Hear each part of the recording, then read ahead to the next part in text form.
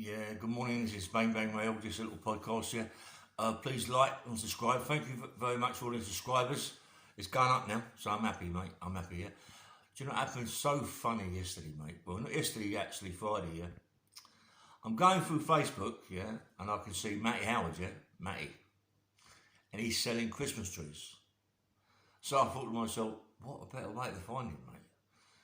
To find out where he is so I can go and see him, put it on him, yeah.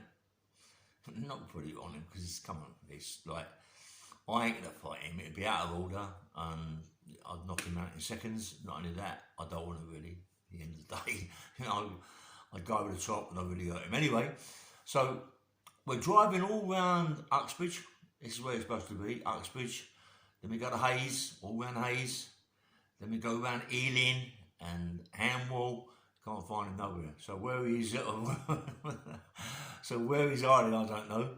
I remember about 2 years ago that he asked me to come on the Christmas trees with him, and anyway, I hunted everywhere for spots to put Christmas trees on. Yeah, so I found them, got hold of Matty. Also, the Matty blocked, but can't get hold of Matty. He's done the exact same thing here. Phone calls, messages. Matty, it's Ray. Where are you, mate? I want a 7-foot Christmas tree for my flat. Where are you, mate? I'll come and collect it. He's blinked me. He's blocked me straight away. Anyway, so then I phoned Fish up, yeah. Fish is the same. I can't get all the fish. Anyway, so I left a message. All of a sudden, he phoned me back. What's up, mate? Where you been, Fish? What are you hiding for? What's all this about? The last time I spoke to you, Fish, there was 2 girls in your house, yeah? And you're telling me they do all your cleaning, and you're in one room. You live in one room, and you like what is it, a bed sit or something? Is it, or a studio flat? And you bedroom upstairs or something. I don't know. And and you got 2 girls in there cleaning your flat. Mind you, I can understand it because you're the dirtiest geezer. You're the dirtiest gay guy I know. Cleaning your appearance, but mate, he just throw things around like he's going out of fashion. When he used to come to my flat, I used to hate it because when he used to leave, my sofa was full of crisps. I swear. Yeah, Fish, you are a bit untidy, mate. I can understand it. Anyway, Fish is going to me, oh, I'm coming from the dead now. I said, what? What do you mean coming from the dead? He went, yeah, I'm coming from the dead. Everybody thinks I'm dead. I said, Fish, what is it you, mate? You've gone fucking mad. You've gone off your head, mate. You ain't done a podcast for what, 2 months now? 2 months, maybe 3 months, and you're telling me that you're coming back from the dead. So what's the problem with doing a podcast? What is the problem? What is the problem of phoning people up and letting them know you're okay? Do you know what I mean? It makes me laugh, mate. I say, listen to what I'm saying to you. You and Matty are getting in the ring together and bash you both up. You're a pair of plonkers. On my life, you're a pair of plonkers, both of you. Both you and Matty Fish are a pair of plonkers, mate. You don't stop shouting your mouth about what you can do, and that's it. You don't go nowhere from there. I give up. I give up on both of you. Seriously, mate. I give up on both of you. I'd love to get both of you in the ring together. I'd walk right through you both of you on my life. You know what I mean?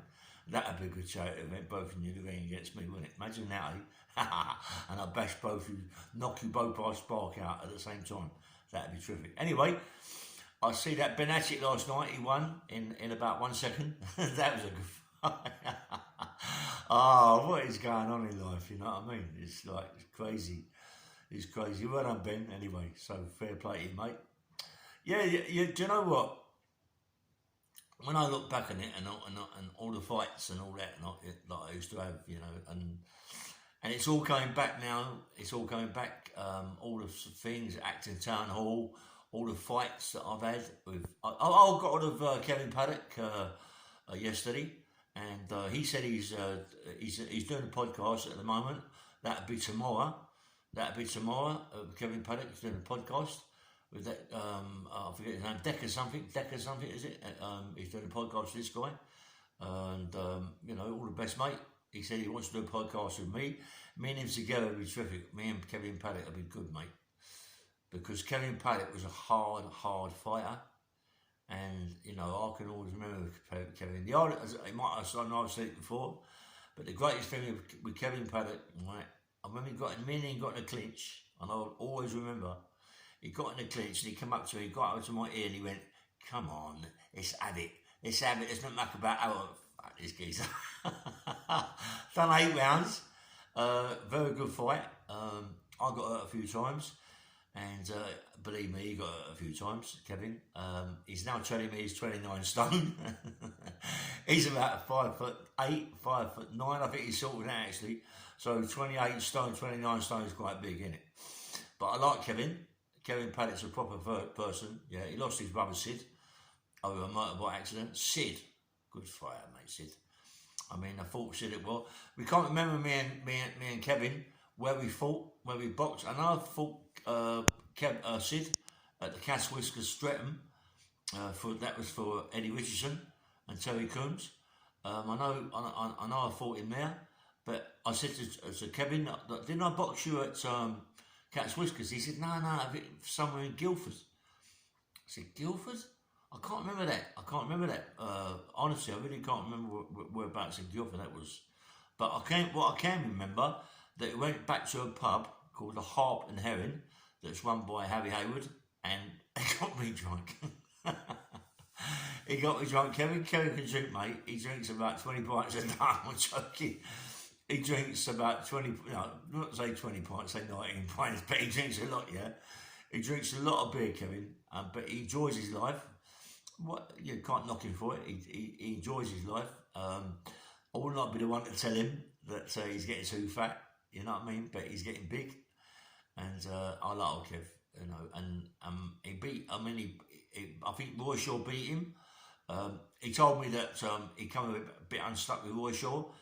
He didn't train for Roy Shaw because he didn't fancy Roy or Lenny. He didn't fancy him at all. He thought the walk over. But Roy was very, very fit. Very, very fit. He fought when he boxed Kevin. Kevin was telling me that he didn't realise how fit Roy Shaw was. I mean, when I was sparring with Roy Shaw at the Beckett, he was fit. He was fit. He was throwing punches from the floor all the time. And at the Beckett, it's quite a small ring, but it is tiny ring. It's half the size of a normal ring. And anyway, and it was very, very fit. And throwing punches all the time, and he can hurt you, mate, Roy Shaw. He beat Lenny the first time. I mean, there's a lot went on there. I don't know if it's all his fights that he had. I see one fight with Lenny hit him about 900 times, and Roy went down the last punch. I mean, Roy could take a punch. Lenny hit him about 900, as I say. Lenny hit him so many times in the corner, didn't stop punching him. He should have been stopped. He more likely could have got concussion, could have killed him, really. It doesn't matter. You hit a person like that many times in the chin, you could kill him. But it does go to show you that Lenny could hit, but not hit that hard, not hit that bad. I mean, we can all stand there, but I like Lenny. Lenny was a good fighter. He had, as I say, Frankie Warren behind him. Frankie Warren was his nephew, cousin, something like that. So Frankie Warren started from there, started from the street fights, the illegal fighting, and now he got a license to do professional boxing. And a professional manager. A promoter, very nice. He's done well. I should have done that. Do you know what? I swear to God, I should have done that a long, long time ago when I was when I started doing my own promotions, and I think I'd have gone a long way. But me, I'm always money, very important to me. Listening to people, going a bit mad, not thinking. But now I look, I do a lot of thinking, you know what I mean? I challenge all my thoughts, as I've got to do that, you know what I mean? And I must do that, challenge my thoughts and look at the pros and cons of everything and look at my triggers, and and that's how I survive each day. By doing that, psychology helped me out in that way, you know what I mean? They give me a lot of, 4 years of it, you know what I mean? They got into my head. They're in there, and every day they click in my head and making me look at things. And I'm always aware of things now, more so than ever before. I've got a good man behind me, Terry. He's fantastic. He keeps me right out of trouble. There's never been a trouble with me while I'm with Terry. Terry's good. Terry's good. He looks after me. He looks after me a little bit, but I'm going to ask him for a pay rise, because I can't survive. I can't survive, Terry. Get it together. I ain't gonna go on your your table. No way. He's built his table in his yard. Yeah, I mean, I only go down there maybe once a week. You know, I live a long way away from that, but you know that. I mean, you know, I mean, I go down there and see what he's doing. He's done really well too. His yard's big, massive, but his yard's too small, mate, for what he does. He works really, really hard. I mean, he don't work hard. He ain't got to work hard no more because he's got the company together. His kids run it. His two boys. You know, you've got Danny, you've got Sam. I mean, they're fantastic. You've got always Lauren. You've got, you know, everybody that his kids work for him. You know, they all work for him, and they're all good kids, mate. And they're all good kids. You know what I mean? Every one of them love their dad, and they work hard. He's even got his ex-wife work for him. How about that? How about that? You know what I mean? So he must still love old Karen. I know he does. He talks about Karen quite a lot, you know, but so that's how it is, I suppose. Once you get divorced from someone and it moves on, but you still got that little bit of feeling in your old heart, mate. You can't blame him. She was a good woman. She gave him kids. And anyway, that's how it is and that's how it goes on. And anyway, we go, he looks after me too. We go for dinner every day. I put on about 3 stone. I don't stop eating. I mean, I eat a lot, you know what I mean? I go out every day, I eat a lot, you know? I eat a lot for a big guy like me. I eat quite a lot. I feel quite healthy. I haven't took no jabs. I haven't took none of these jabs. I think I caught it about, 6 months ago when I lived in Harrow. I was bad. I couldn't walk. All my joints was fucked up. I got out of bed and my legs buckled. I could hardly breathe at night time. And I thought, I've caught it. And so all the way I got out of it, I just take loads of paracetamol, not loads, maybe a box a day. No, seriously. No, not loads, maybe 8 a day, 6 a day, and sleep all the time.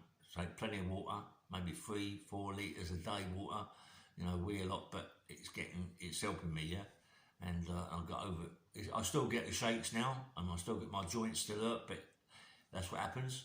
I train every day still. I only train for about 20 minutes now. I don't train heavy. I trained heavy and I got and it caused me a few problems with the old jam's heart. With the old heart, mate. It's, you know, you can't do too much for that. I mean, come on.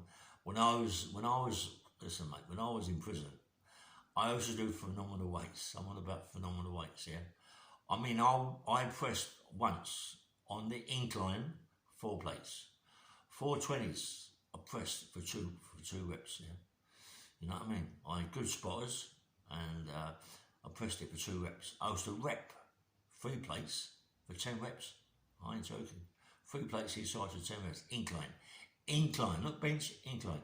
Decline, 5 plates each end, reps for 4 or 5, easy. I mean, I was proud, and I don't forget I'm in prison, so I ain't taking no supplements as such, yeah. All I was taking at that time was a yeast, and I believe that yeast helped me because a friend of mine, Tom, used to take it all the time. A little bit of yeast, swallow it, water in your mouth, bonk, gone. You know what I mean? And like it's supposed to thin the blood out. It gives you a bit of a better pump, and I believe that. And I got bigger and bigger. It seems to be a mental thing, is it? You believe in something, it works, yeah. And it worked for me. I got massive.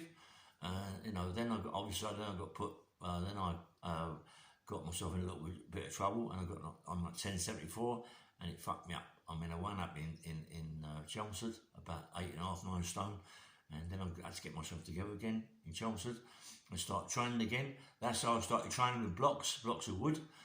We made these blocks of wood up, and I used to put them on my chest, down to the block, boom, you know, and I got back to 4 or 5 plates on the incline, but with the blocks of wood, yeah.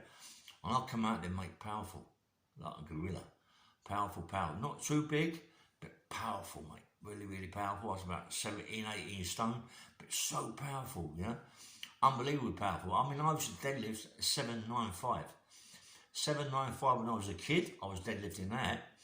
And when I went up to Chelmsford, we didn't do no deadlifting when I was in Albany, but when I went to Chelmsford, they had a powerlifting team, so I was on the team. I wasn't no good at squats. I maybe squat 450, 500 pounds, but it was all pounds in, not kilos, yeah. So, I mean, I remember I used to stand on 2 blocks, 2 7-inch, 8-inch blocks, stand on them, and do stiff-legged deadlifts, yeah, with 5 plates each side for reps of 5, 6, 6. My back was phenomenal. That's what got me over the squats, because when I squatted, I went forward, went down, but went forward, lifted it with my back, and then pushed my legs up.